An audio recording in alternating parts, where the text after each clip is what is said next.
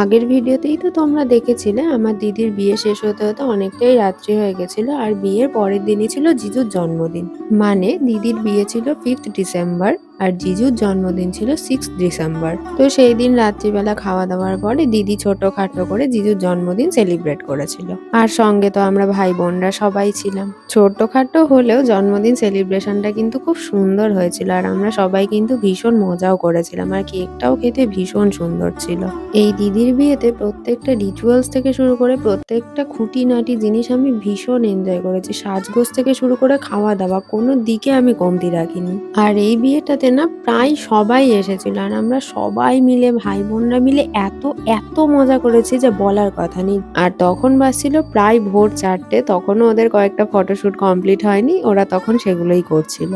তারপর তো আমরা সবাই মিলে বাসর জাগবো করে ঠিক করেছিলাম, কিন্তু সেটা আর করতে পারিনি, সবাই 5টা নাগাদ ঘুমিয়ে পড়েছিলাম।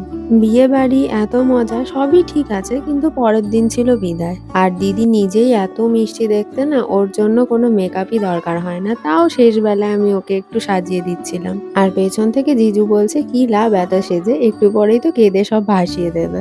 এত আনন্দের মাঝেও না এই রিচুয়ালসটাতে আমার ভীষণ দুঃখ হয়। মেয়ের বাড়ির বিয়ে হলে না এই একটা জিনিস ভীষণ দুঃখের। এত আনন্দ, এত মজা, এত হাসির মধ্যে একটা দুঃখ থেকেই যায় যে নিজের বাড়ির মেয়ে নিজের বাড়ি ছেড়ে চলে যাচ্ছে। প্রথম থেকে যতই সবাইকে বলা হোক কেউ কাঁদবে না কেউ কাঁদবে না, তাও প্রত্যেকে কেঁদে একেবারে বন্যা বইয়ে দিয়েছিল। আর এই রিচুয়ালস গুলো দেখলে না আরো বেশি করে কান্না পায়।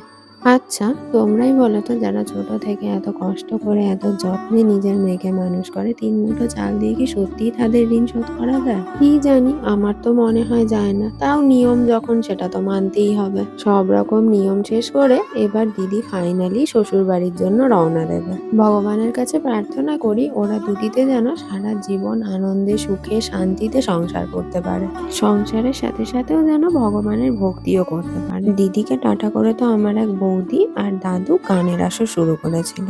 ছোঁয়াও প্রাণে এ জীবন পূর্ণ করো, এ জীবন পূর্ণ করো, এ জীবন পূর্ণ করো। আধারের গায়ে গায়ে পরস্তব,